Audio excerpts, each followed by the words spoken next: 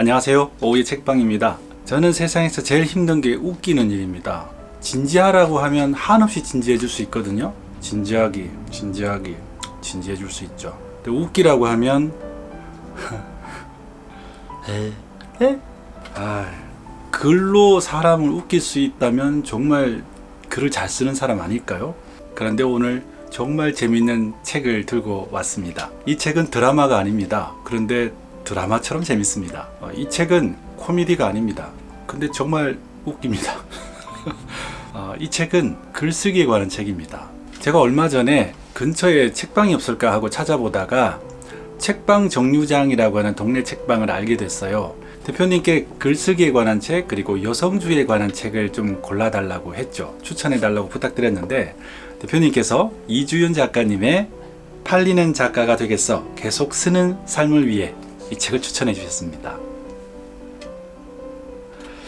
작은 책이죠? 조그만 책이에요. 손 잡고 그냥 한나절이면 다 읽는 책인데 그냥 평범한 책은 아닙니다. 이 책을 소개하는 한수희님의 프리뷰가 있는데요. 잠깐 읽어보도록 하겠습니다. 글로 자기 삶을 그럴듯하게 포장하기는 생각보다 쉽다. 하지만 이리 뛰고 저리 구르는 꼴 사나운 내 인생을 있는 그대로 쓴다는 건 쉬운 일이 아니다. 세상을 발 아래로 내려다보며 공자님 빙의글을 쓰는 사람은 많아도 진흙탕을 낮은 포복으로 기며 사는 게 만만치 않다고 고백하는 사람은 얼마나 드문가. 나에게 이주윤은 바로 그런 사람이다. 이주윤은 솔직하고 웃길 뿐 아니라 누구와도 대체할 수 없는 자기만의 리듬과 흥과 장단까지 갖췄다. 출세는커녕 먹고 살기도 팍팍한 엎치락 뒤치락 작가 생활의 끝에 이주윤은 이런 걸 건졌다. 나에게 과연 재능이 있을까 고민하며 괴로워할 시간에 그 괴로움에 대해서라도 써야 한다는 것을 그리고 나는 알 것만 같다. 이렇게 구렁이 담 넘어가듯 술술 읽히는 글을 쓰기 위해 이 사람은 그 누구보다 성실하고 또 진실해야 했을 것이다. 그런 이주인의 새 책을 세상에 소개하는 이 마음은 나만 아는 숨은 맛집이 동네방네 소문나서 줄 서는 대박집이 될 것을 걱정하는 마음과도 같다. 정말 그런 기분이 아닐까라는 생각이 들었어요. 저는 책을 읽을 때 조금 편식이 있습니다. 다양한 분야를 읽는다고 하더라도 소설이나 일상의 감정을 담은 에세이는 평소에 많이 읽지 않는 편이에요. 그래서 이주윤이라는 작가를 이번에 이 책을 통해서 처음 알게 됐는데요. 와, 내가 왜 이제 알게 됐을까? 와, 세상에 이렇게 글을 재밌게 쓰는 사람이 있다니. 독자들이 재밌게 또 집중해서 읽을 수 있도록 글을 쓰는 내공은 참 어디서 나오는 것일까요? 그 작가의 내공이 쌓아져 가는 과정이 1부에 나와 있습니다. 그리고 2부는 글쓰기에 관한 노하우, 팁을 또 스토리텔링으로 소개하고 있습니다. 자, 다시 작가의 프롤로그를 한번 읽어보도록 하겠습니다. 나도 팔리는 작가가 되고 싶다. 돈을 벌기 위해 글을 쓰기 시작한 건 아니었다. 그러나 나도 모르는 사이 글을 쓰지 않으면 돈을 벌 수 없는 상황에 놓여 있었다. 이왕 이렇게 된 거 책 팔아 떼돈이나 벌었으면 좋겠다고 생각했으나 독자들은 김혜란, 임경선, 이슬아에게만 열광했으므로 나는 부루작가 신세를 면할 길이 없었다. 그렇게 매일을 찌질하게 살아가던 어느 날 TV에서 대한민국 제1의 여자대장부 노사연 언니를 마주했다. 그녀는 진행자의 부추김에 못 이겨 남편 이무송에게 영상편지를 띄우려던 참이었다. 평소 남편을 헐뜯으며 웃음을 선사하는 그녀였기에 나는 채널을 고정하고서 그녀가 입을 열기만을 기다렸다. 그런데 잠시 망설이던 그녀가 사뭇 진지한 목소리로 말하길, 여보, 당신 덕에 내가 돈 때문에 노래하지 않을 수 있었어. 정말 고맙게 생각해. 이거 웃어야 되나 울어야 되나? 하며 얼굴을 붉히는 것 아닌가. 그녀의 솔직한 발언은 나에게 적지 않은 충격과 깨달음을 안겨주었다. 천하의 노사연도 생계의 수단으로 노래를 부를 때가 있었다니. 먹고 살기 고되기는 매한 가지구나. 돈 때문에 억지로 일하지 않으려면, 그러니까 일을 즐기면서 오래오래 하려면 충분히 돈이 필요하구나. 도무지 인정하고 싶지 않지만 내 이상형은 이무송이구나. 그러나 백마탄 이무송이 내 앞에 나타날 리 없었다. 스스로의 힘으로 돈을 벌어야만 했다. 열심히 글을 썼다. 정말 열심히 글을 썼다. 그러나 독자들은 여전히 김애란, 임경선, 이슬아만 좋아했다. 더욱 열심히 써보려고 했지만 더는 쓸 말이 없었다. 여기서 끝인가 싶었다.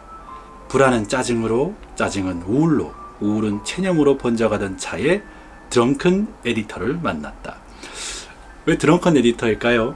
드렁큰 에디터의 인스타 계정이 있는데요. 살짝 들여다보시면 왜 그런지 아실 겁니다. 그녀는 나에게 출세욕에 대한 글을 써보면 어떻겠냐고 제안했다. 출세라는 거창한 단어는 내 사전에 없었다. 잘 쓰고 싶다. 내가 잘 쓰려고 노력한 글을 욕심 많은 편집자와 감각 있는 디자이너가 멋지게 엮어줬으면 좋겠다. 그렇게 만들어진 책이 잘 좀 팔렸으면, 그걸 읽은 독자들이 내 칭찬 좀 해줬으면, 그리하여 인쇄 좀 두둑하게 받아봤으면 소원이 없겠다고 징징거린 게 전부였다. 그런데 이 모든 문장이 출세하고 싶다는 욕망을 애둘로 표현한 것에 불과하다는 사실을 그녀가 일깨워 주었다. 출세를 꿈꾸며 고군분투했던 옛일들이 하나둘 떠오르기 시작했다. 그렇게 파트 1을 썼다. 원고를 쓰며 지난 날을 헤아리다 보니 아는 사람 하나 없는 이 바닥에 용케 굴러들어와 갖은 헛짓을 다 하고 다녔구나 싶어 피식 웃음이 샌다. 저는 일부 읽으면서 웃기도 많이 웃었지만 참 이거 남 얘기가 아니고 내 얘기 같다는 생각도 많이 했어요. 그래서 막 서글퍼지기도 하고, 근데 또 공감도 되고, 하여튼 울다가 웃다가 뭐 이런 요망한 책이 다 있어 이런 생각을 했는데, 지금도 어디선가 작가의 꿈을 꾸는 혹은 출판계에 막 입문해 좌충우돌하는 후배들을 위해 그동안 발발거리며 체득한 나름의 글쓰기 노하우를 파트 2에 담았다. 정말 꿀팁이 많습니다. 누구나 작가가 될 수 있는 시대다. 그러나 작가로 살아남아 꾸준히 먹고 사는 일은 생각보다 고되다. 나의 시행착오가 다른 이들에게 조금이나마 도움이 되길 바라는 마음으로 이 책을 썼다.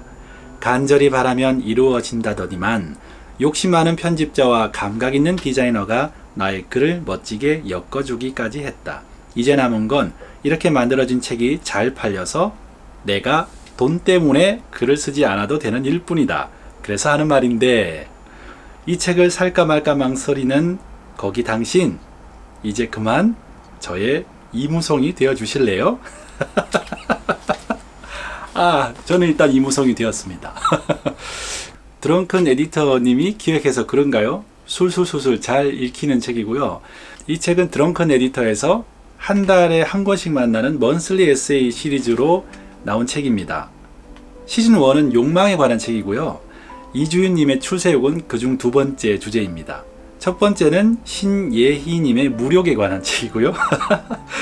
세 번째는 권용등님의 음주욕, 네 번째는 이우미님의 공간욕, 다섯 번째는 손기은님의 식욕에 관한 시리즈로 이어지고요. 시즌2는 일에 관한 내용입니다. 이 시리즈를 계획한 드렁큰 에디터님도 참 대단한 분이고요. 그 기획 의도에 잘 맞게 이런 멋진 글, 재밌는 글을 쓴 이주인 작가님도 참 대단한 작가님이다 하는 생각이 듭니다. 그동안 작가님이 글을 잘 쓰기 위해서, 글로 먹고 살기 위해서 고군분투해왔던 그 이야기를 담고 있는 책입니다. 작가님의 글쓰기의 여정을 쭉 이렇게 따라가다 보면 공감 가는 내용도 참 많을 것이고, 그러면 글을 어떻게 하면 잘 쓸 수 있을까?